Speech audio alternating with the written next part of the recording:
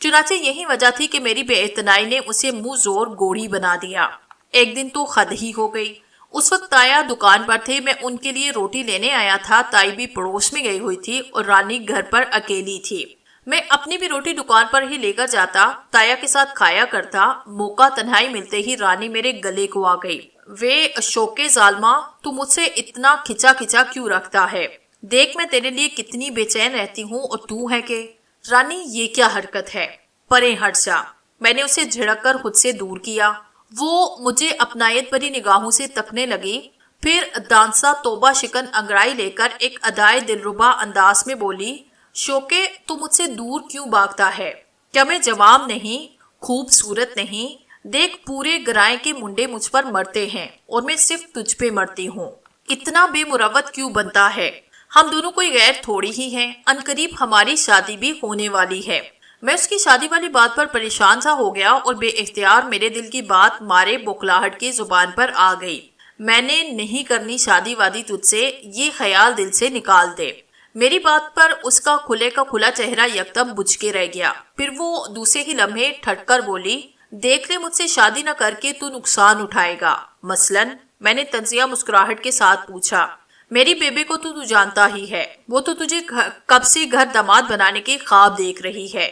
پھر میرا ابا بھی وہی ارادہ کیے ہوئے ہے۔ تیرے انکار سے دونوں کے دل خراب ہو جائیں گے، پھر تیرے یہاں رہنے کی کوئی گنجائش نہیں رہے گی، تو در در کی ٹھوکریں کھائے گا۔ وہ شفاق لہجے میں کہتی چلی گئی۔ میں حیرت سے اس کا منہ تکنے لگا۔ تب پہلی بار مجھے اس کی خود غرضانہ سوچ سے نفرت ہونے لگی۔ میری خاموشی کو اس نے جانے کیا سمجھا کہ وہ خود فہمی میں مبتلا ہو گئی، اور پھر جلدی سے مجھے ریچھنے کے لیے میرے قریب آئی اور اپنی دونوں باہیں میری گردن کے حمائل کرتے ہوئے اٹھلا کر بولی، دیکھ میری بات مان لے، سکھی رہے گا۔ تجھے میں بہت سارا پیار دوں گی، یہ لے۔ اس نے محبت کے نشے میں ایک بےخودہ سی جسارت کر ڈالی۔ میری جگہ اس وقت کوئی اور ہوتا تو وہ رانی کے پرشباب سپر ڈالنے پر فوراً بہک جاتا، لیکن مجھے اس کی اس حرکت پر کافی غصہ آیا اور میں نے زور سے اس کے چہرے پہ تھپڑ جڑ دیا۔ بس اس دن کے بعد سے رانی پر جناتی دورے پڑنا شروع ہو گئے تھے۔ مجھے پتا تھا کہ جن جھپیٹ اتارنے والے پیر قسم کے لوگ کسی آسیب زدہ انسان کے سر سے جن اتارنے کے لیے اس کی خوب پھینٹی لگایا کرتے تھے، اس لیے میں تائی کی بات سے متفق تھا کہ رانی کا جن اتارنے کے لیے کسی ایسے ہی پیر کو لایا جائے۔ مجھے یقین تھا رانی کو دو چار ہی ٹھیک ٹھاک قسم کے جھاڑ پڑ جاتے تو نہ صرف اس کے سر سے عشق کا بھوت بلکہ جن بھی اتر جائے گا۔ چنانچہ یہ کار خیر میں نے کرنے کی ٹھانی اور ایک روز کسی قریبی گاؤں سے پہنچتے ہوئے فقیر کو لے آیا۔ یہ ایک ہندو سادھو تھا اور کالے منتر کی مہارت رکھنے کے طور پر اس کی خاصی شہرت تھی۔ سادھو نے آتے ہی سب سے پہلے ہرمل کی جھاڑی کی دھونی پورے گھر میں دی اور شروع ہو گیا۔ میں اور تائی دوسرے کمرے میں تھے اور ہمیں باہر نکلنے کی سختی سے ممانعت کر رکھی تھی، جبکہ رانی کے کمرے میں صرف تایا جان اور وہ سادھو تھا۔ ذرا ہی دیر کے بعد مجھے رانی کے چیخنے چلانے کی آوازیں سنائی دینے لگی اور اس کے ساتھ ہی سادھو کے غصیلے انداز میں بڑبڑانے کی آوازیں بھی آنے لگی۔ تائی اپنی بیٹی کے چیخنے چلانے کی آواز سن کر پریشان ہو گئی، جبکہ میں دل ہی دل میں رانی کی درگت بنتے دیکھ کر خوش ہو رہا تھا۔ گھنٹے بھر کے بعد میں نے رانی کے چیخنے چلانے والی آوازوں کو یکدم قہر آلود گراہٹ میں بدلتے سنا۔ وہ شاید سادھو کو دھمکا رہی تھی۔ اوئے سادھو، دفع ہو جا یہاں سے، تو میرا مقابلہ نہیں کر سکتا۔ دفع ہو جا ورنہ بے موت مارا جائے گا۔ اچانک مجھے غیر انسانی کہکہوں کی آوازیں سنائی دینے لگی۔ میں بھی ذرا پریشان سا ہو گیا اور تب دوسرے ہی لمحے میں نے سادھو کی قرب انگیز چیخوں کی آواز سنی۔ اب میرا زیادہ دیر تک کمرے میں رہنا ناممکن تھا۔ میں جلدی سے کنڈی کھول کر صحن میں آیا۔ تائی بھی حیران پریشان میرے پیچھے چلی آئی۔ میں نے ابھی دوسرے کمرے کی طرف روح ہی کیا تھا کہ اچانک مذکورہ کمرے کا دروازہ دھڑ سے کھلا اور پھر میں نے سادھو کو بتک کر باہر نکلتے دیکھا۔ میں ٹھٹک کر وہیں رک گیا۔ وہ اپنے کالے منتروں کا جاپ کھولے رام کرتا ہوا بدحاس ہو کر بیرونی دروازے کی طرف یوں دوڑا جیسے اس کے تعاقب میں بھوت پڑ گئے ہوں۔ پھر میرے دیکھتے ہی دیکھتے وہ سادھو یوں تیورا کر زمین پہ گرا جیسے کسی غیر مرے مخلوق نے دوبی پٹکا دے کر مار گرایا ہو۔ وہ صحن کے ننگے فرش پر پڑا اپنی گردن پر غیر مرے شکنجے سے چھڑانے کی کوشش میں بری طرح سے تڑپ رہا تھا۔ اس کی حلق سے اب اذیت ناک چیخوں کی خرخراہٹ نکل رہی تھی۔ ایسے لگتا تھا جیسے کسی نے اس کی گردن دبوچ لی ہو۔ پھر دیکھتے ہی دیکھتے میں نے اس سادھو کی آنکھیں ابلتی دیکھی اور چند ہی لمحے کے بعد وہ ٹھنڈا ہو گیا۔ اس کا سر ایک طرف کو ڈھلک گیا۔ میں سناٹے کی حالت میں یوں کھڑا اس کی لاش کو دیکھے جا رہا تھا جیسے مجھے سام سونگ گیا ہو۔ اچانک سے کمرے کا دروازہ کھلا اور میں نے تایا کو گھبرائے ہوئے انداز میں باہر آتے دیکھا۔ پھر فرش پر بے سود پڑے سادو کو دیکھ کر وہ بھی بری طرح سے چونکے بغیر نہ رہ سکے۔ اتنے میں رانی مردانہ آواز کے کہے لگاتی ہوئی صحن میں آ گئی۔ اس کے چہرے نقوش بری طرح سے مسا ہو رہے تھے، آنکھیں پوری طرح کھل کر پھٹنے کے قریب تھی، سر کے بال بکھر کر اسے مزید ڈراونا بنا رہے تھے۔ وہ سادو کی لاش کو دیکھ کر اور زور زور سے کہے لگانے لگی۔ اس کے بعد وہ دوبارہ کمرے میں چلی گئی۔ پھر ذرا دیر کے بعد رانی کے رونے کی آوازیں آنے لگی۔ تائی اپنا سینہ پیٹتے اندر دوڑی تھی۔ تایا اور میں بھی کمرے کی طرف لپ کے اندر چارپائی پر رانی بیٹھی سسکیاں لے رہی تھی۔ تائی نے اسے وارفتانہ انداز میں اپنے سینے سے لگایا جو اب بالکل نارمل ہو گئی تھی۔ میں اور تایا صحن میں آ کر سادو کا معائنہ کرنے لگے۔ آنن فانن پورے گرائے میں رانی کے جن سے متعلق اور سادو کی پر اسرار موت کی خبر جنگل کی آگ کی طرح پھیل چکی تھی۔ سادو کی موت کھلی حقیقت تھی کہ رانی یہ ڈرامہ مجھ سے شادی کرنے کے لیے نہیں کر رہی تھی، بلکہ اس پر واقعی کسی عصیب کا اثر تھا۔ یہ خیال آتے ہی پہلی بار میرے وجود میں ایک سرد سی لہر دوڑ گئی۔ در حقیقت میں ان باتوں پر بالکل بھی یقین نہیں رکھتا تھا۔ میں نے مڈل تک تعلیم حاصل کی تھی اور میٹرک قریبی تحصیل سے کیا تھا، اس لیے جب میں آج کے سائنسی دور سے اس کا موازنہ کرتا تو مجھے جن جھپیٹ کی یہ باتیں بالکل جھوٹی محسوس ہوتی۔ مگر میں نے آج خود اپنی آنکھوں سے سادو کو کسی غیر مرے مخلوق کے ہاتھوں قتل ہوتے دیکھا تھا۔ ہمارے گھر گرائے کے تھانے کا ایک حوالدار چودھری کریم داد بھی اپنے 4 کانسٹیبلز کے ساتھ آ دھمکا اور سادو کے پر اسرار قتل کے جرم میں محض شک کی بنا پر مجھے اور تایا کو ہتھکڑیاں پہنائے تھانے لے گیا۔ اوئے اس بیچارے غریب سادو کی تم سے کیا دشمنی تھی جو تم دونوں نے اس کی جان لے لی؟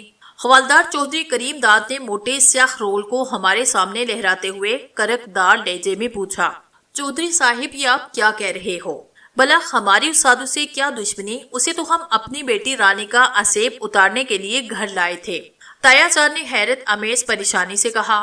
عصیب اتارنے؟ ابھی تم دونوں کا عصیب اچھی طرح اتارتا ہوں۔ حوالدار کریم داد نے ہم دونوں کو گھورتے ہوئے کہا، پھر یکدم کڑک لہجے میں بولا، اوئے شرافت سے زبان کھولتے ہو یا لترول کے بعد کھولو گے؟ اس پر میں نے لب کشائی کی ہمت کرتے ہوئے حوالدار سے پوچھا، چودھری صاحب آپ کو غلط فہمی ہوئی ہے، وہ سادو اپنی موت آپ مرا ہے۔ اب پورے گرائے سے پوچھ لے ہماری اس بیچارے سے بھلا کیا دشمنی ہو سکتی تھی؟ میرا لب و لہجہ موزبانہ تھا، ویسے بھی میں میٹرک پاس تھا اور اس زمانے میں پڑھے لکھے لوگوں کی بڑی عزت ہوتی تھی، مگر وہ خراٹ حوالدار اپنی ہٹ کا پکا تھا۔ غرا کر مجھ سے بولا، اوئے منڈے تفتیش تو میں بعد میں کروں گا، پہلے تمہاری تو زبان کھلوا لوں۔ یہ کہہ کر اس نے قریب کھڑے بادب سنتری سے کہا، اوئے بالے جا ذرا 11 نمبر کا لیتر تو لے کر آ۔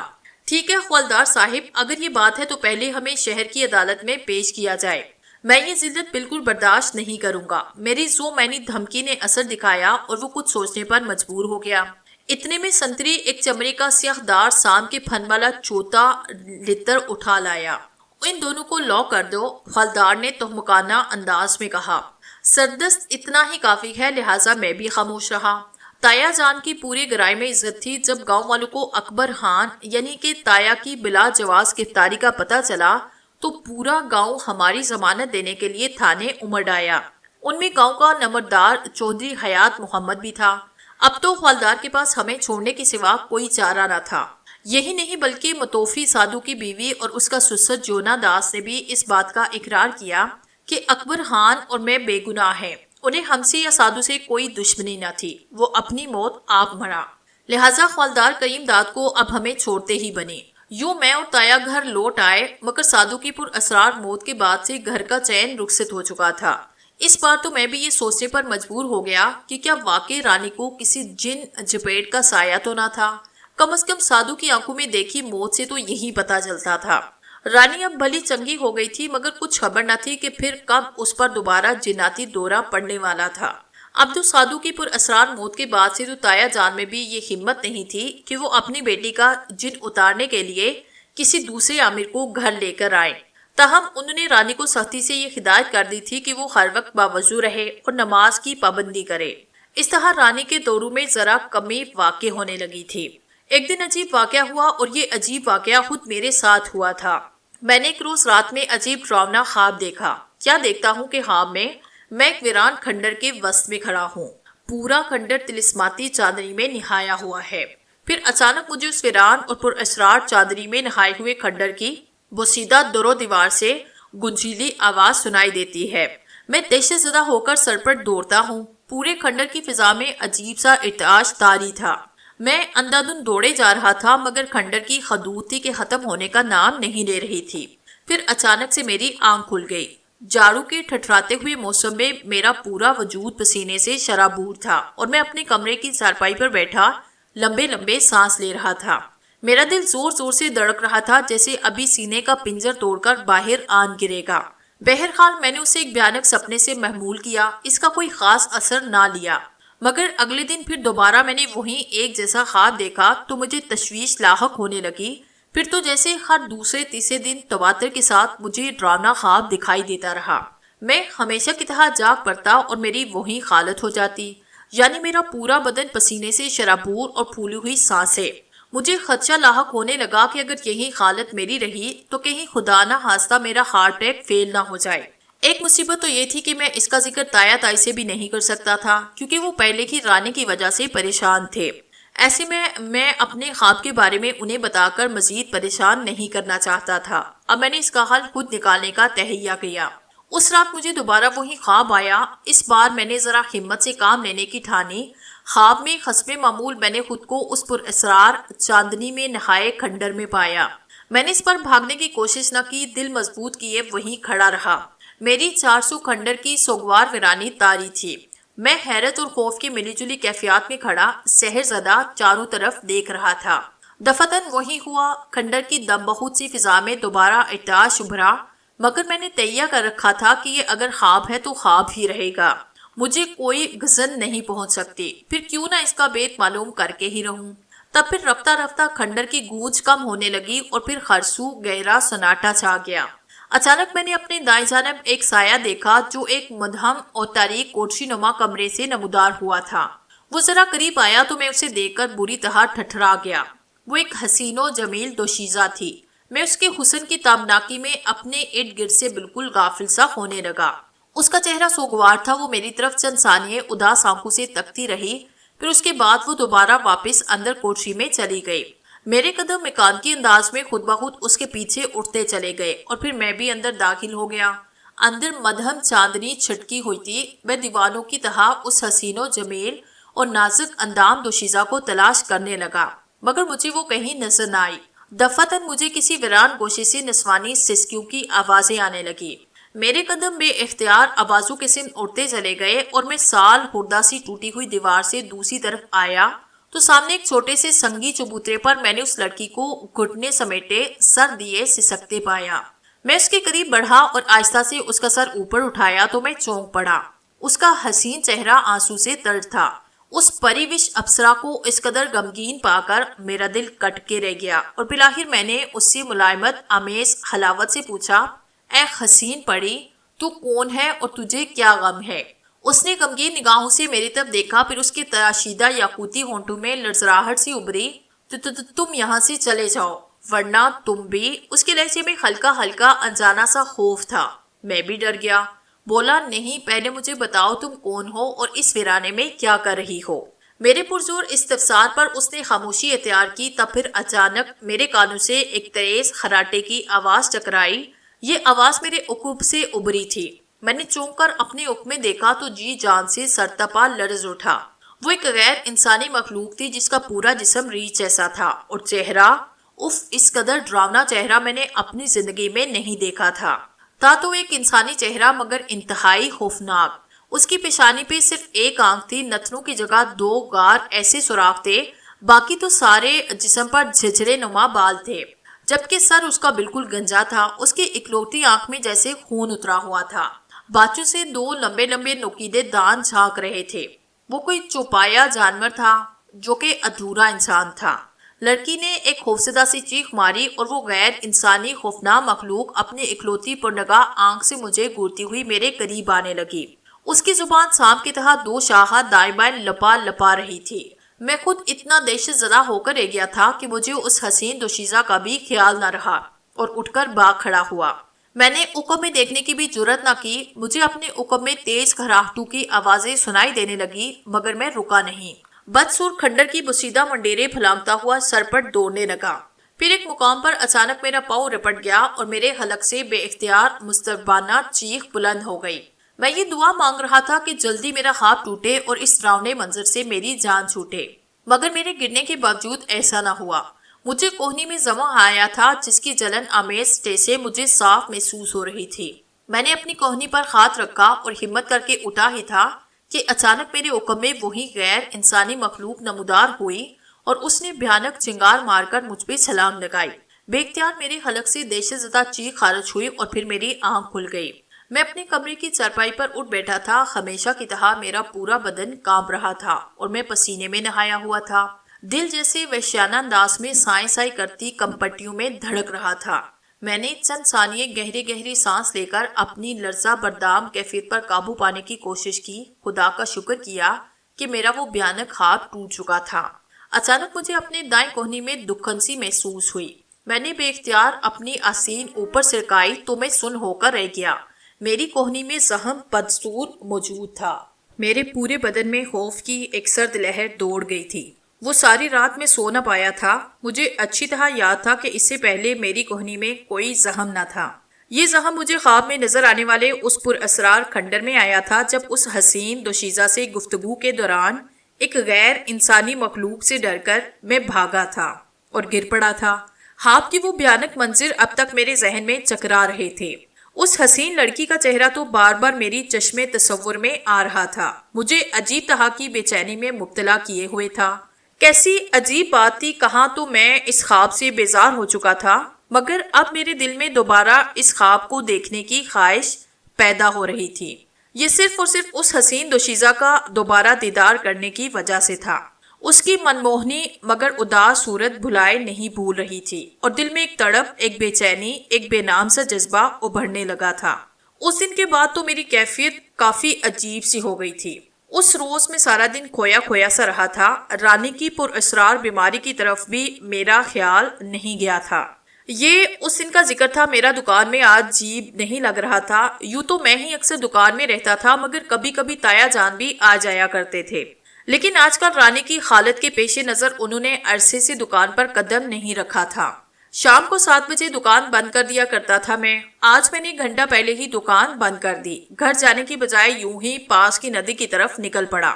جاڑو کے دن تھے، اس لیے سرے شام رات کا گمان ہونے لگتا تھا، مگر مجھ پر کچھ ایسی کنوتیت طاری تھی کہ میرے قدم کشاں کشاں ندی کی طرف ہو لیے۔ ندی سے ذرا ہی پہلے گاؤں کا ایک قبرستان پڑتا تھا۔ میں اس کی شکستہ 4 دیواری کے ساتھ مختصر سے کچے راستے پر چلا جا رہا تھا۔ اچانک مجھے ایک آواز سنائی دی۔ میں ٹھٹک کر ذرا رکا۔ آواز قبرستان کے اندر کہیں سے آئی تھی۔ پہلے تو میں نے اسے اپنا وہم سمجھا، مگر پھر جب مسلسل ابھرنے والی اس آواز پر غور کیا تو جیسے احساس ہوا یہ کسی کے گھٹ گھٹ کر رونے کی آواز تھی۔ قبرستان کی شکستہ کچی دیوار صرف 4 فٹ اونچی تھی۔ میں نے آواز کی طرف گردن گھما کر دیکھا اور ذرا دیوار کے قریب آیا تو سامنے قریب ہی ایک قبر پر میں نے ایک عمر رسیدہ شخص کو روتے ہوئے پایا۔ میں سمجھ گیا بیچارے کا کوئی عزیز فوت ہو گیا ہوگا، اب اسے یاد کر کے رو رہا تھا۔ یہ سوچ کر میں نے آگے نکل جانا چاہا، مگر پھر اسے روتا دیکھ کر میں نے اپنا ارادہ بدلا اور انسانی ہمدردی کی خاطر میں اسی بوڑھے کی دل جمی کی غرض سے ٹوٹی ہوئی دیوار ٹاپ کر اس کے قریب پہنچ گیا۔ آہٹ پا کر وہ بوڑھا میری طرف متوجہ ہوا۔ وہ گاؤں کا ہی رہنے والا لگ رہا تھا۔ میں نے اسے احتراماً دھیرے سے سلام کیا، پھر پوچھا، بابا یہ شاید آپ کی کسی عزیز رشتہ دار کی قبر ہے۔ بوڑھے نے اپنے جھریوں بھرے چہرے سے آنسو صاف کیے، پھر غمگین لہجے میں بولا، ہاں پتر، یہ میری بیٹی کی قبر ہے جو بیچاری نوجوانی میں ہی اللہ کو پیاری ہو گئی تھی۔ اس کی بات پر مجھے بھی دکھ ہوا تھا۔ یہ غم ہی ایسا تھا، جوان اولاد کی موت کا غم ماں باپ کے لیے پہاڑ جیسا بوجھ ہوتا ہے جو ساری عمر بیچاروں کو اپنے سینے میں بے چین اور آزاد ہی کیے رکھتا ہے۔ میں نے اسے تسلی دینے کی غرض سے کہا، بابا حوصلہ کرو، اللہ تمہاری بیٹی کو جنت نصیب کرے۔ کیا تمہارے اور کوئی اولاد نہیں ہے؟ نہیں پتر، میرا تو دنیا میں اللہ کے سوا اور کوئی نہیں۔ ایک سوہنی ہی تھی، اسے بھی رب نے لے لیا۔ وہ غمزدہ لہجے میں بولا، سوہنی؟ شاید اس کی بیٹی کا نام تھا جس کی قبر کے پاس وہ اس وقت موجود تھا۔ میں نے بوڑھے کے کندھے پہ ہاتھ رکھا اور اسے گھر چلنے کو کہا۔ اس بیچارے کا رو رو کر برا حال ہو رہا تھا۔ اس کا بوڑھا وجود شدت غم سے ہولے ہولے کپ کپا بھی رہا تھا۔ وہ میرے گلے سے یوں لگ رہا تھا جیسے میں اس کا بیٹا تھا۔ میں نے باپ کا پیار نہیں دیکھا تھا۔ وہ اس وقت جیسے ایک باپ کی طرح ہی محسوس ہو رہا تھا۔ میرا جی اسے اکیلا یہاں چھوڑنے کو نہ چاہا اور اس کے ساتھ اسے اس کے گھر تک چھوڑنے چل پڑا۔ اس کا گھر عام سا تھا جیسا کہ ایک غریب آدمی کا ہونا چاہیے تھا۔ 2 کوٹری نما تنگ و تاریک کمرے تھے۔ صحن البتہ کشادہ تھا جس کے وسط میں ایک جھلنگا سی کھڑی چارپائی بچھی ہوئی تھی۔ وہ مجھے اندر ایک کمرے میں لے آیا۔ یہ کمرہ بڑے سلیقے سے سجا ہوا تھا۔ لگتا ایسا ہی تھا جیسے کسی گرہستن کا کمرہ ہو۔ اچانک میری نگاہ سامنے دیوار پر ایک چوبی فریم پر پڑی ایک تصویر پر پڑی اور دوسرے ہی لمحے میں پھٹی پھٹی نظروں سے اس تصویر کو تکنے لگا۔ مجھے یقین نہیں آ رہا تھا کہ میں سامنے دیوار پر آویزہ جس تصویر کو دیکھ رہا تھا وہ حقیقت ہے یا خواب۔ میں نے جلدی سے اپنی چٹکی بھری۔ مجھے تکلیف کا احساس ہوا۔ اس کا مطلب تھا یہ خواب نہیں بلکہ ایک حقیقت ہے۔ پتر، یہی تو میری بدنصیب بیٹی سوہنی کی تصویر ہے، اچانک بوڑھے نے رنجیدہ لہجے میں کہا، اور تب کہیں جا کر میرا سکتہ ٹوٹا، مگر پھر میرے کپ کپاتے ہونٹوں سے نکلا، یہ تمہاری بیٹی کب اور کس طرح فوت ہوئی تھی؟ بیٹا یہ نہ پوچھو، مجھ سے میرا زخم ہرا ہو جائے گا۔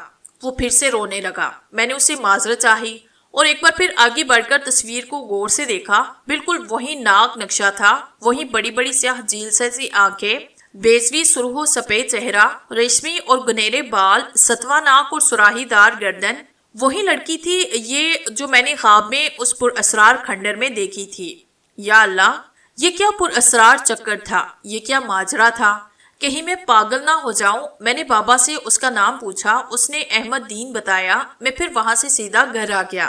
گھر پہنچا تو وہاں کوہرام مچا ہوا تھا۔ ایک رخ فرسا خبر میری منتظر تھی۔ تائی نے رو رو کر آسمان سر پر اٹھا رکھا تھا۔ تایا سر پکڑے بیٹھے تھے۔ پاس پڑوس کے لوگ انہیں سنبھالا دینے میں مصروف تھے۔ میں اپنی پریشانی بھول کر ان کی طرف متوجہ ہوا۔ تایا مجھے دیکھتے ہی بولے، پتر رانی پتہ نہیں کدھر چلی گئی۔ یہ سن کر میرا رنگ فک ہو گیا۔ کیا تایا؟ کہاں گئی وہ؟ کب گئی وہ؟ میں نے خوفزدہ لہجے میں پوچھا۔ اسے ڈھونڈ لے پتر، میں ساری حیاتی تیرا احسان نہیں بھولوں گا۔ میری رانی کو ڈھونڈ لے شوکے، آج تو میرا خون ہونے کا حق ادا کر دے۔ تایا جی حوصلہ پکڑے، اللہ بہتر کرے گا۔ مجھے بتائیں تو صحیح رانی کیسے گم ہو گئی اور کب یہ واقعہ پیش آیا؟ میں نے انہیں سہارا دے کر پریشانی سے پوچھا۔ ادھر تائی کو بدستور غشی کے دوڑے پڑ رہے تھے۔ پتر مجھے کچھ معلوم نہیں، مجھے کچھ پتا نہیں۔ وہ دوپہر کو ندی پر گئی تھی، پانی بھرنے وہاں سے نہیں لوٹی۔ اس کا ٹوٹا ہوا گڑا زمین پر پڑا ملا تھا۔ جا کر اسے ڈھونڈ لے۔ میں نے تو پورا گاؤں چھان مارا اپنی رانی کی تلاش میں۔ تایا کا غم سے برا حال ہو رہا تھا۔ اس کی اور تائی کی حالت زار دے کر میرا جی کٹنے لگا اور پھر میں وہاں نہیں ٹھہرا۔ رات کے اندھیرے میں ندی کی طرف دوڑ پڑا۔ میرے ساتھ گاؤں کے چند لوگ بھی تھے۔ کچھ لوگوں کا خیال تھا کہیں رانی خدا نہ خواستہ بہتی ندی میں نہ جا گری ہو۔ کچھ لوگ جو تیرنا جانتے تھے انہوں نے ندی کے اندر بھی مقدور بھر رانی کی لاش ڈھونڈنے کی کوشش کی، مگر بے سود۔ ناچار ہم سب واپس لوٹ آئے۔ گاؤں تھا ہی کتنا بڑا، چند سو نفوس پر تو مشتمل تھا۔ رانی کو نہ ملنا تھا اور نہ ملی۔ مگر اگلے دن لوگوں کی زبان پر جب تک یہ دبی دبی افواہ گرم ہو چکی تھی کہ رانی چپکے سے اپنے کسی چاہنے والے کے ساتھ بھاگ گئی ہے، مگر میری کوششوں کے باوجود کسی سے یہ معلوم نہ ہو سکا کہ گاؤں کا کوئی نوجوان لڑکا تو نہیں گھر سے بھاگا تھا، بلکہ کچھ لوگ تو یہاں تک بھی کہہ رہے تھے کہ جو جن رانی پر عاشق تھا وہی اسے لے کر اڑا تھا۔ غرض جتنے منہ اتنی باتیں۔ میں نے گاؤں کے تھانے میں رانی کی پر اسرار گمشدگی کی رپورٹ لکھوا دی۔ وہاں اس خرانٹ حوالدار چودھری کریم داد نے بھی واضح لفظوں میں اپنے اس شک کا اظہار بڑے ہی استہزائیہ انداز میں کر ڈالا تھا کہ رانی ضرور اپنے کسی چاہنے والے کے ساتھ بھاگ گئی تھی، لہٰذا اب ہمیں خاموشی سے اس کے کورٹ میرج کا انتظار کر لینا چاہیے۔ مجھے حوالدار کریم داد کی اس یادہ گوئی پر تیش تو بڑا آیا، مگر اپنے غصے کو پی گیا تھا۔ میں رانی کو اچھی طرح جانتا تھا، وہ ایسی ہرگز نہیں تھی کہ اپنے ماں باپ کی عزت پر یوں بٹا لگا کر کسی لڑکے بالے کے ساتھ گھر سے بھاگ جاتی، کیونکہ مجھے ٹوٹ کر چاہتی تھی اور میرے سوا کسی اور سے شادی کا تصور بھی نہیں کر سکتی تھی۔ پھر مجھے ایک اور روح فرسا خیال آیا کہ کہیں اس نے مجھ سے دل برداشتہ ہو کر واقعی ندی میں کود کر خودکشی تو نہیں کر لی تھی، یا پھر کہیں سچ مچ وہ جن۔ اس سے آگے کچھ سوچنے کا میں تصور بھی نہ کر سکا اور منہ لٹکائے میں بے نیلو مرام گھر لوٹ آیا۔ رانی اگر اپنے ماں باپ کی آنکھوں کے سامنے مر جاتی تو کسی طرح تایا تائی کو صبر آ جاتا، مگر جوان اولاد اور وہ بھی لڑکی ذات کا استحق گم ہو جانا نہ صرف ساری عمر کا داغ تھا بلکہ ناقابل فراموش غم تھا۔ بیچارے تایا تائی تو اس غم میں زندہ لاشوں کی طرح ہوئے جا رہے تھے، مجھ سے ان کا غم دیکھا نہیں جا رہا تھا۔ دن پہ دن چڑھنے لگے مگر رانی کا کچھ پتہ نہ چلا۔ آخر تنگ آ کر میں رانی کو شہر جا کر تلاش کرنے چل پڑا۔ پہلے سیالکوٹ آیا، پھر لاہور، اس کے بعد ملتان اور پنجاب کے جتنے شہروں میں رانی کو ڈھونڈ سکتا تھا ڈھونڈ لیا۔ اب تو میرے پاس روپے بھی بس اتنے ہی بچے تھے کہ میں واپسی کا کرایہ کر کے اپنے گاؤں پہنچ کر جاؤں۔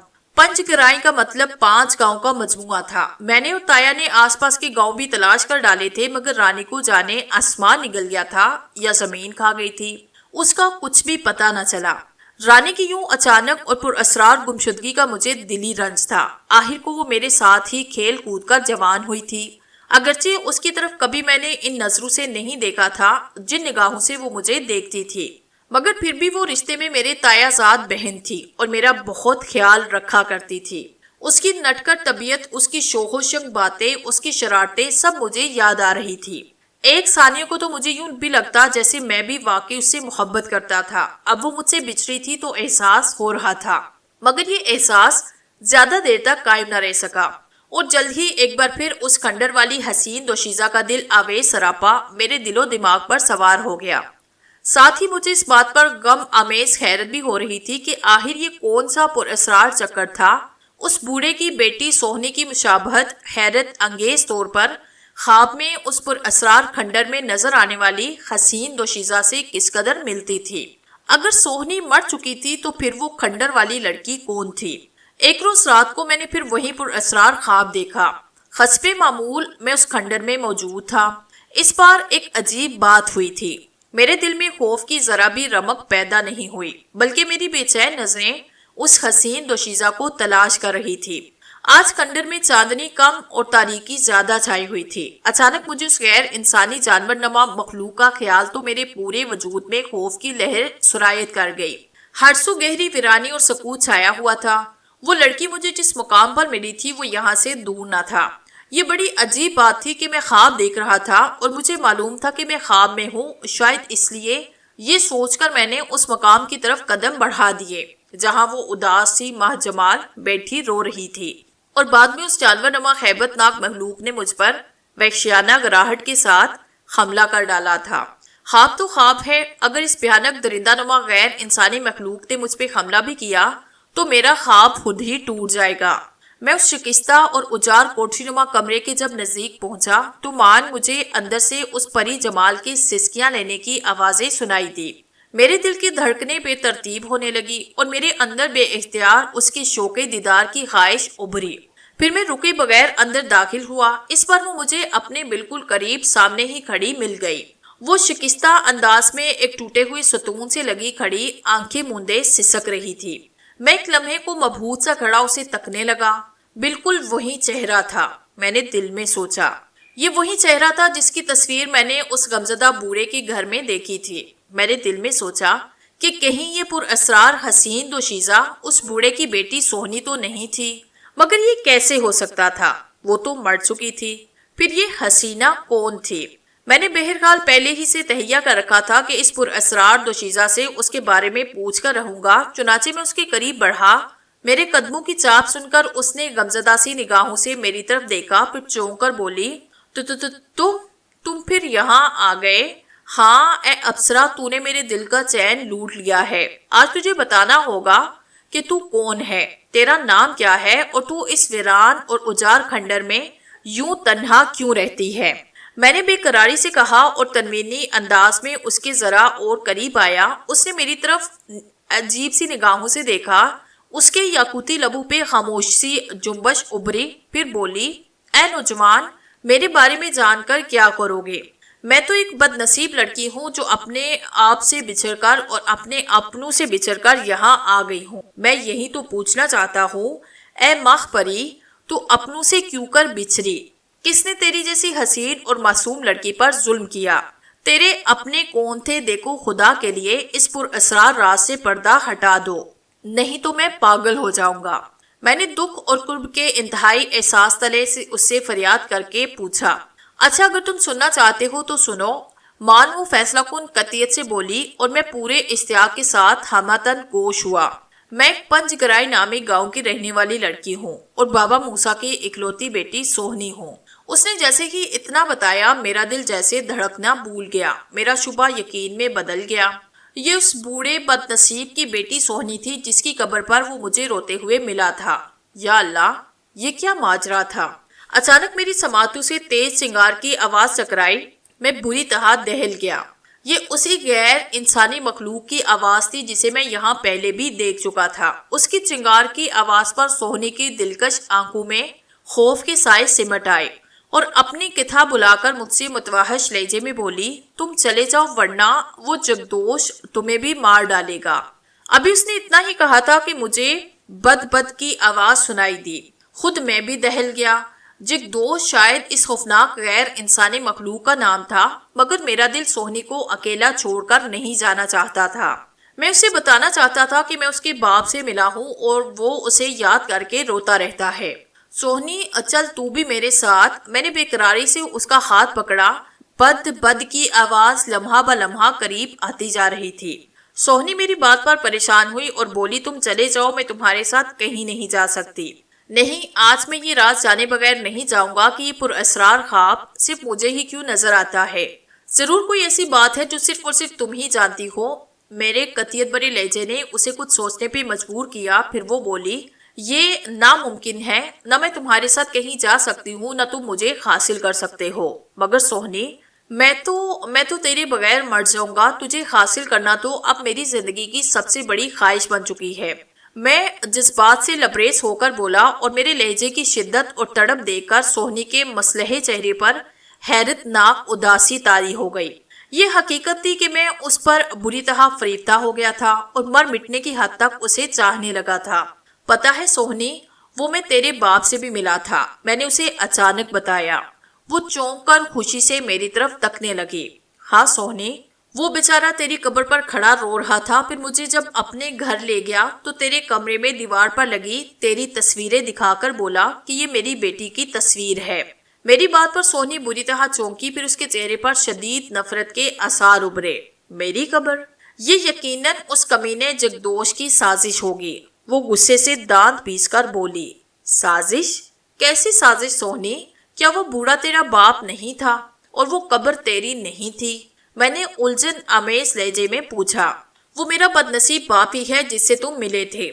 وہ تصویریں میری ہی تھی، میں ہی اس کی بیٹی تھی، مگر وہ اچانک کچھ کہتے کہتے رکی اور اس لمحے مجھے ایک گرجدار آواز سنائی دی۔ بدبخت انسان، تو پھر یہاں آدم کا؟ میں نے چونک کر آواز کی طرف دیکھا۔ میرے سامنے چند قدموں کے فاصلے پر وہیں جانور نما ایک آنکھ والا خوفناک درندہ کھڑا اپنی اکلوتی آنکھ سے مجھے گھور رہا تھا۔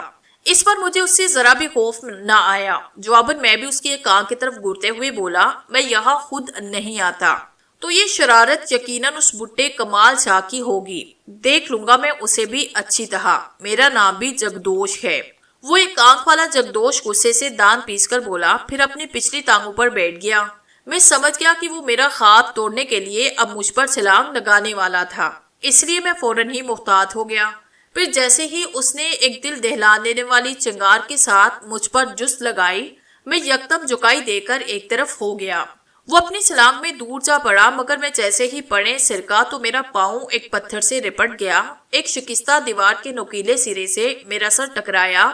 بے اختیار میرے حلق سے چیخ خارج ہو گئی اور پھر میرا خواب ٹوٹ گیا۔ میں اپنی چارپائی پر اٹھ بیٹھا۔ اس پر میری کیفیت مختلف تھی۔ نہ میں لمبے لمبے سانس لے رہا تھا اور نہ ہی میرا جسم پسینے سے تر تھا۔ حال بتہ مجھے اپنے سر میں درد ضرور محسوس ہوا۔ میں نے بے اختیار درد والی جگہ پہ ہاتھ رکھا تو مجھے چہچہاہٹ کا احساس ہوا۔ میرے ہاتھ میں خون لگا ہوا تھا۔ میں سمجھ گیا یہ چوٹ مجھے اس پر اسرار کھنڈر میں جگدوش کی جس سے بچنے پر دیوار سے ٹکراتے ہوئے لگی تھی۔ میں نے جلدی سے اٹھ کر ذہن دھویا، ہلکا سا محرم لگایا۔ میرے دماغ میں سائیں سائیں ہو رہی تھی۔ بہت سی ایسی باتیں تھی جو میرے ذہن میں گردش کر رہی تھی، جنہیں یکجا کر کے میں ان پر غور کرنے کی کوشش کر رہا تھا۔ ایک بات کی تو مجھے تصدیق ہو چکی تھی کہ سوہنی اس بد نصیب اور غمزدہ بوڑھے کی بیٹی تھی، مگر سوہنی کی قبر سے متعلق سوہنی کا انکار مجھے کافی عجیب لگا۔ پھر اس بدبخت جگدوش کا کسی بوڑھے کمال شاہ کے بارے میں غصے کا اظہار کرنا اس بات کو ظاہر کر رہا تھا کہ وہ کسی ایسے شخص سے خائف بھی تھا جو اس کی ٹکر کا تھا۔ مگر کمال شاہ کون تھا؟ میرے ذہن میں یہ نام اٹک کے رہ گیا۔ ساتھ ہی مجھے یہ اطمینان بھی ہوا کہ سوہنی مری نہیں تھی، مگر پھر وہ قبر کس کی تھی جس کے قریب وہ بوڑھا کھڑا رو رہا تھا؟ اس نے کس برتے پر اتنے یقین سے مجھ سے کہا تھا کہ سوہنی مر چکی ہے؟ میں اس مردود جگجوش کو کوسنے لگا کہ اگر ذرا دیر اور وہ نہ آتا تو یقیناً سوہنی سے یہ راز بھی معلوم کر لیتا۔ سوہنی کا منموہنا سا خیال آتے ہی میرے دل میں ایک بار پھر اس کی تڑپ جاگ اٹھی۔ میں سوہنی کے عشق لاسوال میں بالکل غرق ہو چکا تھا۔ مجھے اب ایسے محسوس ہونے لگا تھا کہ جیسے میری زندگی کا سب سے بڑا اور اہم مقصد سوہنی ہی کو حاصل کرنا رہ گیا تھا، اور اب تو اسے حاصل کیے بغیر مجھے سکون بھی کہاں ملنا تھا۔ اچانک مجھے جگدوش کی ایک بات کا بھی خیال آیا کہ جب میں نے اس سے یہ کہا تھا کہ میں یہاں خود نہیں آتا تو وہ غصے سے تان پیس کر بولا، یہ شرارت یقیناً اسی بڈھے کمال شاہ کی ہوگی۔ میں دماغ پر زور دیتے ہوئے سوچنے لگا کہ واقعی کسی کمال شاہ نامی بزرگ کی کرامات کی وجہ سے مجھے تقریباً ہر روز یہ خواب نظر آتے ہیں۔ کیا کمال شاہ نامی یہ بزرگ مجھے کسی خاص مقصد کے لیے یہ پر اسرار کھنڈر والا خواب دکھاتا ہے؟ اب میرے دل و دماغ کو ایک نئی خدبت لگ چکی تھی۔ میں نے سب سے پہلے سوہنی کے باپ سے ملنے کا ارادہ کیا۔ میں اس سے پوچھنا چاہتا تھا کہ آخر اس کی بیٹی سوہنی کس طرح فوت ہوئی تھی، یا پھر وہ قبر کس کی تھی۔ میں نے اس رات کا بقیہ پہر آنکھوں میں کاٹ دیا اور صبح سویرے سوہنی کے باپ کے گھر کی طرف چل دیا۔ وہ گھر پر ہی موجود اپنے کوٹری نما گاڑے مٹی والے کچے کمرے میں ایک کھڑی چارپائی پر بیٹھا گرگڑو جما رہا تھا۔ گھر کا دروازہ کھلا ہوا تھا۔ بلا اس یہاں پر رکھا ہی کیا تھا اور کیا ہونا تھا وہاں، سوائے ایک غمزدہ بوڑھے باپ کے دکھوں گے۔ مجھے دیکھتے ہی بوڑھا خوش ہوا۔ آپ پتر بیٹھ، اچھا ہوا تو آ گیا، تجھے دیکھ کر میرے دل کی اداسی کم ہو جاتی ہے۔ پر تو نے خالے تک اپنا نام نہیں بتایا۔ میرا نام شوکت ہے بابا، شوکت حسین۔ میں کھاد والے اکبر خان کا بھتیجا ہوں۔ اچھا تو اکبر خان کا پتر ہے؟ او یار، بھتیجا بھی بیٹے کی طرح ہوتا ہے، وہ بولا۔ پھر جیسے اچانک اسے یاد آیا اور میری طرف دیکھ کر قدرے چونک کر بولا، کیا یہ وہی اکبر خان تو نہیں جس کی بیٹی رانی کھو گئی ہے؟ میں نے اس بات میں سر ہلایا تو وہ جلدی سے بولا، میں نے تو سنا تھا کہ اس پر کسی جن وغیرہ کا اثر تھا۔ ہاں چاچا، پتہ نہیں بیچاری رانی کدھر کھو گئی، میں دکھی لہجے میں بولا۔ کہیں اس شیطان کی کارستانی تو نہیں؟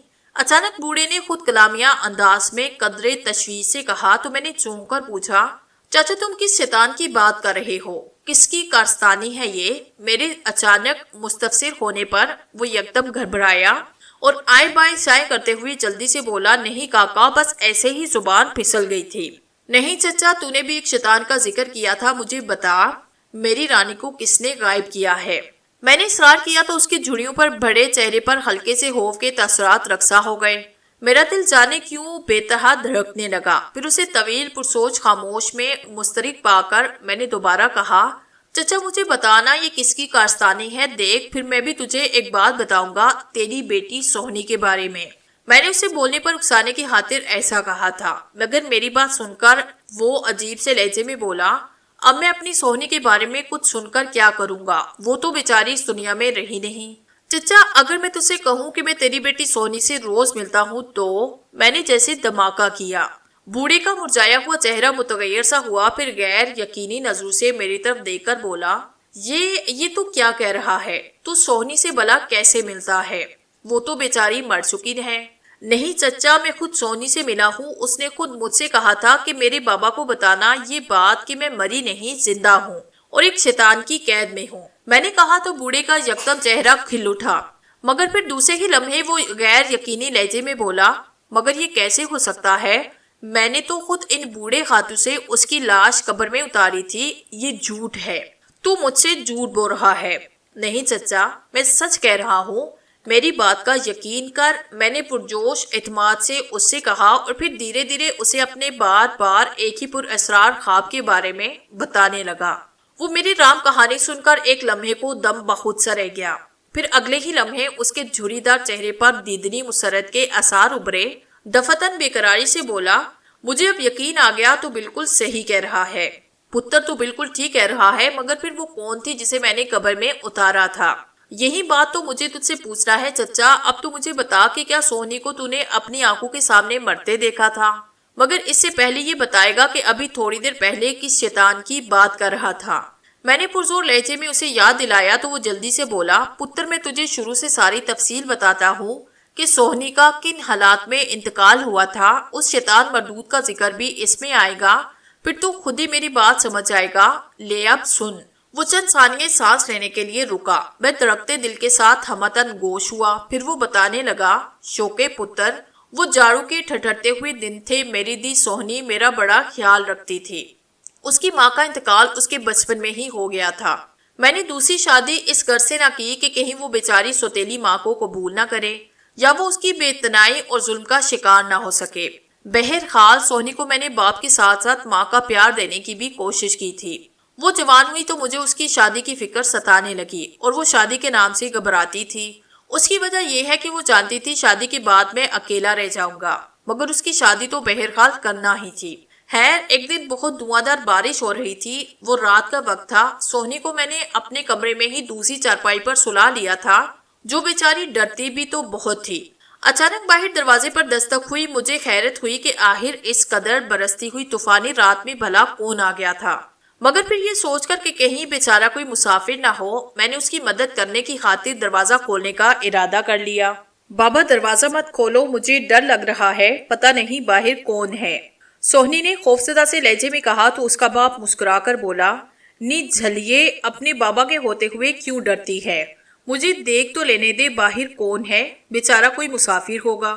یہ کہہ کر اس کا باپ کمرے سے نکلا اور ایک بوسیدہ سی بوری اوڑھ کر کچے صحن میں جمع شدہ برساتی پانی میں شپ شپ کرتا ہوا دروازے کے قریب آیا اور با آواز بلند بولا، کون ہے؟ اس کی آواز شاید چراٹے دار بارش اور بادلوں کی گرج چمک میں دب گئی، کیونکہ باہر سے کوئی جواب نہ ملا تھا۔ اس نے پہلے سے بھی زیادہ بلند آواز میں پوچھا، کون ہے باہر؟ دروازہ کھولو، میں ایک مسافر ہوں، رات گزار لوں گا تو صبح تڑکے چلا جاؤں گا۔ دوسری طرف سے آواز آئی۔ بابا کو اپنا اندازہ درست محسوس ہوا اور پھر اس نے دروازہ کھول دیا۔ سامنے ایک شخص سیاہ خدر کی چادر کی بکل مارے کھڑا تھا۔ بابا نے لالٹین اوپر کر کے اسے دیکھا، اس نے اپنا پورا وجود حتی کہ چہرہ تک چادر میں ڈانپ رکھا تھا، البتہ چہرے والی جگہ سے دیکھنے کے لیے کونا ذرا ہٹا ہوا تھا۔ دروازہ کھلتے ہی وہ غراب سے اندر آیا۔ بابا نے جلدی سے دروازہ بند کیا اور اسے دوسری کوٹری میں لے جا کر بٹھایا۔ یہاں کچے میں فرش پر صرف ایک بوسیدہ سی دری بچھی تھی۔ مسافر نے اپنے کاندھے پر ایک بکچی بھی اٹھا رکھی تھی، وہ وہیں دری پر ہی بیٹھ گیا۔ بابا اسے دیکھ کر بولا، کچھ کھایا پیا ہے یا لا دوں کچھ؟ لا دے، پھر بھوک تو لگی ہے مجھے، مسافر نے کہا۔ بابا نے ایک نظر اسے دیکھا، چند ثانیے کھڑا اس بات کا منتظر رہا کہ وہ مسافر اپنے چہرے سے ذرا چادر ہٹائے تو اسے ایک نظر دیکھ لے، مگر بابا کو حیرانی ہوئی کہ اندر کوٹری میں آنے کے باوجود اس نے اپنے چہرے تک سے چادر ہٹانے کی ذرا بھی کوشش نہ کی۔ دوسری بات، اس نے یہ بھی محسوس کی تھی کہ باہر اس قدر سردی پڑ رہی تھی، مگر مسافر ذرا بھی سردی میں کپکپاتا ہوا دکھائی نہ دیا تھا، جبکہ خود بابا کو اپنا خون سردی کی وجہ سے رگوں میں برف بنتا محسوس ہو رہا تھا۔ ابھی تک مسافر کی عمر کے بارے میں اندازہ نہیں قائم کر سکا تھا، بہرطور وہ اسے وہاں چھوڑ کر اپنی کوٹری میں آیا۔ سوہنی اٹھ کر بیٹھ گئی۔ کون تھا بابا؟ اس نے قدرے تفکر سے پوچھا۔ کوئی مسافر ہے بیچارہ، مگر ہے بڑا عجیب، بابا نے کہا، پھر بولا، دیے تو ایسا کر ایک چراغ اور جلا دے، وہ بیچارہ اندر اندھیرے میں بیٹھا ہوگا، اور ہاں، جا کر وہ رات والی جوڑ کی روٹی اور ذرا بچا ہوا ساگ رکھ کر مجھے لا دے تو میں اسے دے آؤں۔ اب کیا وہ روٹی بھی کھائے گا؟ سوہنی نے منہ بنا کر کہا، نہ دیے نہ، گھر آئے مہمان کو ایسا نہیں کہتے، جا پتر شاباش، بابا نے اسے پیار سے نصیحت کرتے ہوئے کہا، اور سوہنی فرما برداری سے سر ہلاتی ہوئی کوٹری سے نکل آئی۔ تھوڑی ہی دیر کے بعد وہ روٹی کا چھابا لے کر آئی تو کیا دیکھتی ہے، اس کا باپ انی چارپائی پر لیٹا خراٹے لے رہا تھا۔ یہ لو بابا، یہ تو سو گیا، اب میں کیا کروں؟ بابا کو جگاؤں یا پھر خود ہی مسافر کو روٹی دے آؤں؟ سوہنی نے کھڑے کھڑے سوچا اور پھر اس نے یہ فیصلہ کیا کہ بابا کو نہ جگاؤں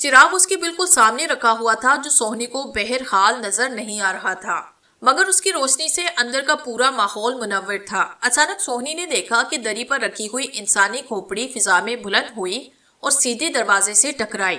سوہنی کی حلق سے بے اختیار خوفزدہ سی چیخ خارج ہو گئی۔ دروازہ ایک دم کھلا، وہ مسافر غیر ارادی طور پر پلٹا تو سوہنی کی پھٹی پھٹی آنکھوں نے ایک خوفناک منظر دیکھا۔ مسافر کا چہرہ اب کھلے دروازے کی طرف دیکھنے سے صاف نظر آ رہا تھا۔ اس کی صرف ایک آنکھ تھی جو پیشانی پر تھی۔ سوہنی نے جو اس کی یہ ڈراؤنی صورت دیکھی تو دہشت سے دوبارہ چیخی۔ وہ کھوپڑی پھر فضا میں متحرک ہوئی اور سوہنی کی پیشانی سے ٹکرائی۔ سوہنی کی حلق سے آخری چیخ نمودار ہوئی، پھر وہ بے ہوش ہو کر گر پڑی۔ اسے دوبارہ ہوش آیا تو اس نے ایک آنکھ والے سر کو اپنے اوپر جھکے پایا۔ اس نے چیخنے کے لیے منہ کھولا ہی تھا کہ اس مسافر نے ایک دم اپنے ہاتھ سے اس کا منہ دبوچا۔ سوہنی اس خوفناک چہرے والے مسافر کی کوٹری میں دری پر پشت کے بل لیٹی ہوئی تھی اور دہشت سے اس کا پورا نازک وجود کپکپا رہا تھا، اور وہ پھٹی پھٹی آنکھوں سے اس ایک آنکھ والے شخص کو دیکھ رہی تھی۔ اس کا چہرہ بالکل سیاہ تھا اور ناک کی جگہ صرف 2 نتنے تک باچھیں پھیلی ہوئی تھی، جہاں سے 2 نکیلے دانت چمکتے نظر آ رہے تھے۔ پھر وہ اکلوتی آنکھ والا ڈراؤنا صورت شخص سوہنی سے غصے میں بولا، خبردار بے وقوف لڑکی، اب آواز مت نکالنا ورنہ میں تمہارا گلا دبا دوں گا، سمجھی؟ اب میں تمہارے منہ سے ہاتھ ہٹا رہا ہوں۔ یہ کہہ کر اس نے آہستہ آہستہ اس کے منہ سے ہاتھ ہٹایا۔ سوہنی کو اس کی ایک آنکھ میں عجیب سی مقناطیسی کشش محسوس ہو رہی تھی۔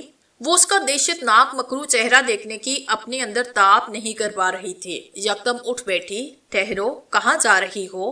ڈراؤنی صورت والے نے گراہٹ آمیز آواز میں اس سے پوچھا۔ میں مجھے جانے دو، سوہنی خوفزدہ لہجے میں بولی۔ ٹھہرو، پہلے میری بات غور سے سنو، اس پر اسرار مسافر نے کہا۔ تم نے میرے بارے میں اگر کسی کو بتایا تو یاد رکھنا ساری عمر پچھتاؤ گی، سمجھی؟ جاؤ اب، اور دوبارہ میرا راستہ کھوٹا کرنے کی بے وقوفی مت کرنا۔ اس نے اتنا ہی کہا تھا کہ سوہنی جلدی سے اٹھ کر کوٹری سے بھاگی اور گرتی پڑتی اپنے بستر پر آ گری۔ اس کا سینہ لوہار کی دھوکنی کی طرح پھول اور پچک رہا تھا۔ اس کے پورے وجود میں خوف سے لرزراہٹ طاری تھی۔ اس کے جی میں آئی کہ اپنے بابا کو جگائے اور اس پر اسرار مسافر کی خوفناک اصلیت کے بارے میں بتا ڈالے، مگر پھر اسے اس کی دھمکی یاد آ گئی۔ اگلے دن اس کا بابا اٹھا تو اس نے برابر والی چارپائی پر سوہنی کو عجیب حالت میں دیکھا۔ اس کی آنکھیں کھلی ہوئی تھی اور پورا جسم کانپ رہا تھا۔ سونی دیے، کیا ہوا؟ بابا پرتشویش لہجے میں اسے پکارتے ہوئے یکدم اپنی چارپائی سے اٹھ کر اس کے قریب آیا اور دھیرے سے سوہنی کی پیشانی پر ہاتھ رکھا تو اس کی پیشانی بری طرح تپ رہی تھی۔ اس کے باپ کو فکر ہوئی۔ سوہنی، تیرے کو تو بڑا تیز بخار ہے، ٹھہر، میں ابھی حکیم کو بلا کر لاتا ہوں۔ ٹھہرو بابا، مجھے اکیلا چھوڑ کر مت جانا۔ اچانک سوہنی نے خوفناک آواز میں باپ کو روکا۔ مگر پتر، تجھے تو بڑا تیز تاپ چڑھا ہوا ہے۔ نہیں بابا، یہ ایسے ہی ہے، اتر جائے گا۔ تو پہلے میری ایک بات سن۔ ہاں پتر، بول۔ بابا، اللہ کی واسطے اس مسافر کو یہاں سے ابھی فوراً چلتا کر دے، پھر میرا بخار خود ہی اتر جائے گا۔ سوہنی نے خوف سے سہمے ہوئے لہجے میں باپ سے کہا۔ باپ کی آنکھوں میں حیرت کے ساتھ الجھن کے تاثرات امڑ آئے۔ کیوں پتر، ایسا کیا کیا ہے اس نے؟ وہ تو اچھا ٹہر، میں اسے ابھی دیکھ کر آتا ہوں۔ وہ سوہنی کا جواب سنے بغیر باہر نکلا تو اسے مسافر کی کوٹری کا دروازہ کھلا ہوا ملا، اور قریب گیا تو اس نے دیکھا مسافر نے بدستور سیاہ موٹی چادر کی بکل مار رکھی تھی اور اپنی بکچی باندھ رہا تھا۔ میری بچی کو کافی تیز بخار ہے، وہ عجیب بہکی بہکی باتیں کر رہی ہے، جو ذرا اس کا خیال رکھنا، میں ابھی جا کر حکیم کو بلا لاتا ہوں۔ سوہنی کی باپ نے اسے کہا تو مسافر خات کی اشارے سے روکتے ہوئے اس سے بولا، ٹھہرو، میرے پاس دوا موجود ہے، آؤ۔ وہ اندر کوٹری میں آئے۔ سوہنی اس مسافر کو دیکھ کر دہشت سے کانپنے لگی۔ مسافر نے اس کی پیشانی کو چھونا چاہا تو سوہنی خوف سے چلائی، نہیں، مجھے ہاتھ مت لگاؤ، لگتا ہے اس نے رات میں کوئی ڈراؤنا سپنا دیکھا ہے، مسافر نے سپاٹ لہجے میں کہا۔ تو سوہنی کا باپ بھی اس کی تائید میں سر ہلاتے ہوئے بولا، میرا بھی یہی خیال ہے۔ اس کے بعد اس پر اسرار مسافر نے نہ جانے زیر لب کیا پڑھ کر پھونک ماری کہ سوہنی کی آنکھیں بند ہونے لگی اور اگلے ہی لمحے وہ آنکھیں موندے لیٹ گئی۔ اسے دیکھ کر اب ایسے لگ رہا تھا جیسے وہ اب گہری نیند سو چکی ہے۔ یہ سو گئی ہے، اسے آرام کرنے دو، اٹھے گی تو بخار اتر چکا ہوگا۔ پر اسرار مسافر نے سپاٹ لہجے میں بابا سے کہا۔ وہ بھی اب مطمئن نظر آنے لگا، مگر میں حیران تھا کہ آخر اس اجنبی مسافر نے اس کی بیٹی پر ایسا جادو کیا کیا تھا۔ تمہارا نام کیا ہے اور تم کہاں جا رہے ہو؟ سوہنی کے باپ نے اس سے پوچھا۔ اسے ابھی تک حیرت تھی کہ اس نے عورتوں کی طرح اپنا چہرہ چھپا کیوں رکھا تھا۔ میرا نام جان کر کیا کرو گے؟ ویسے جہاں میں جانا چاہتا تھا وہاں میں پہنچ گیا ہوں، اجنبی مسافر نے پر اسرار لہجے میں کہا۔ بابا کو کافی عجیب لگا۔ وہ بولا، تمہیں اس گاؤں میں کسی سے کام تھا تو بے شک اس سے جا کر مل لاؤ۔ ہاں میں ابھی آتا ہوں، وہ پر اسرار مسافر یہ کہہ کر چلا گیا۔ بابا اس سے پوچھنا چاہتے تھے کہ وہ اپنے چہرے کو ہر وقت چھپا کر کیوں رکھتا تھا، مگر وہ چلا گیا تھا۔ لگ بھگ گھنٹہ گزرنے کے بعد بابا نے گہری نیند میں سوئی ہوئی سوہنی کی پیشانی کو چھو کر دیکھا تو اسے خوشگوار حیرت کا جھٹکا لگا۔ گھنٹہ پہلے سونے کی پیشانی بخار سے تپ رہی تھی، مگر اب جو ہاتھ لگا کر اس نے دیکھا تو وہ سرد تھی، بالکل نارمل۔ بابا دل ہی دل میں اس فرشتہ صفت مسافر کو دعائیں دینے لگے۔ بابا صحن میں آیا تو یوں ہی ایک نظر اس نے دوسری کوٹری کی طرف دیکھا جہاں وہ مسافر مقیم تھا، مگر اب وہ کسی سے ملنے کے لیے جا چکا تھا۔ اس کا سامان البتہ وہیں کوٹری میں موجود تھا۔ کوٹری کا دروازہ بند تھا، مگر باہر سے کنڈی نہیں چڑھی تھی۔ بابا کے دل میں جانے کیا آئی، وہ کوٹری کی طرف بڑھا اور دروازے کو جیسے ہی اندر دھکیل کر کھولنے کی کوشش کی تو اسے حیرت کا ایک شدید جھٹکا لگا۔ دروازہ اندر سے بند تھا، جبکہ بابا کو اچھی طرح یاد تھا کہ وہ مسافر گاؤں ہی میں کسی سے ملنے کے لیے اس کی آنکھوں کے سامنے باہر گیا تھا، تو پھر اندر کون تھا؟ اس نے حیرت سے سوچا۔ ہو سکتا ہے بعد میں وہ آ چکا ہو۔ یہ سوچ کر اس نے کوٹری کے دروازے پر دستک دی، مگر جواب نہ آیا۔ اس نے دوبارہ دستک دی، مگر اندر سے خاموشی رہی۔ اسے عجیب لگا۔ اس نے پھر دروازے کو اندر دھکیلنے کی کوشش کی، مگر اندر بدستور کنڈی لگی ہوئی تھی۔ بابا نے ایک بار ایک چھری سے اندر جھانکا، اسے اندر عجیب سی دھند نظر آئی۔ پہلے تو وہ گھبرایا کہ کہیں اندر آگ تو نہیں لگ گئی، مگر جلد ہی اسے اندازہ ہوا کہ یہ دھند دھوئیں کی نہیں بلکہ عجیب سا غبار تھا۔ وہ سیدھا ہو کر کھڑا ہوا، اس کے چہرے پر الجھن آمیز سوچ کی شکنیں سی نمودار ہوئی۔ وہ حیران تھا کہ اندر کوئی نہ تھا، تو پھر دروازہ اندر سے کس نے بند کر رکھا تھا؟ وہ ذرا دیر گونگوں کے عالم میں کھڑا رہا، پھر اسے دوسری کوٹری سے اپنی بیٹی سوہنی کے بابا بابا پکارنے کی آواز سنائی دی۔ اپنا سر جھٹک کر سوہنی کے پاس آیا۔ وہ جاگ چکی تھی اور چارپائی پر پاؤں لٹکائے بیٹھی تھی۔ بابا تم کہاں چلے گئے تھے مجھے اس خوفناک ویرانے میں اکیلا چھوڑ کر؟ سوہنی نے بےتابانہ انداز میں چارپائی سے کھڑے ہو کر باپ سے شکوہ کیا تو اس بابا کو حیرت ہوئی۔ وہ پرشفقت انداز میں مسکراتا ہوا اس کے قریب آیا اور پیار سے اس کے سر پر ہاتھ پھیرتے ہوئے بولا، دیے تو یہاں سو رہی تھی، میں بھلا تجھے کیوں اکیلا چھوڑوں گا؟ نہیں بابا، مجھے اچھی طرح یاد ہے تو مجھے اس طوفانی رات میں ایک ویران کھنڈر میں اکیلا چھوڑ کر چلا گیا تھا۔ میں نے ساری رات ڈرتے کامتے ہوئے وہاں گزار دی۔ جا، میں تجھ سے نہیں بولوں گی۔ سوہنی ناراض ہو گئی۔ بابا اسے اپنے ساتھ لگاتے ہوئے شفقت آمیز لہجے میں بولا، ارے جھلیے، تو نے ضرور سپنا دیکھا ہوگا، چل اب منہ ہاتھ دھو لے، اپنے بابا کو ناشتہ نہیں بنا کر دے گی؟ سوہنی اسے الگ ہو کر بولی، بابا وہ مسافر چلا گیا۔ اسے اچانک جیسے یاد آیا۔ بابا نے دیکھا اس کے بارے میں پوچھتے وقت سوہنی کی آنکھوں میں خوف سا اتر آیا تھا۔ وہ جیسے کچھ یاد کرنے کی کوشش کر رہی تھی اور جیسے جیسے اسے یاد آ رہا تھا اس کی شہابی رنگت زرد پڑتی جا رہی تھی۔ بابا کو تشویش ہوئی کہیں پھر تیز بخار نہ ہو جائے۔ یہ سوچ کر وہ اسے بولا، دھیے تجھے کیا ہو گیا ہے؟ آخر تو نے ایسا کون سا ڈراونا سپنا دیکھا کہ تیری طبیعت پھر خراب ہو رہی ہے؟ بابا کے لہجے میں اچانک پریشانی آئی۔ بابا تو ایک کام کر، اس مسافر کو یہاں سے فوراً چلتا کر دے، یہ بڑا جادوگر ہے۔ سوہنی نے خوفزدہ لہجے میں کہا تو بابا اسے تسلی دیتے ہوئے بولا، سونی دیے، وہ تو بیچارہ ایک بھلا ماس اور عام سا انسان ہے۔ پتہ ہے رات تجھے تیز بخار ہو گیا تھا، اس بیچارے نے تو نہ جانے کیا پڑھ کر تجھ پر پھونکا کہ تیرا بخار ٹھیک ہو گیا۔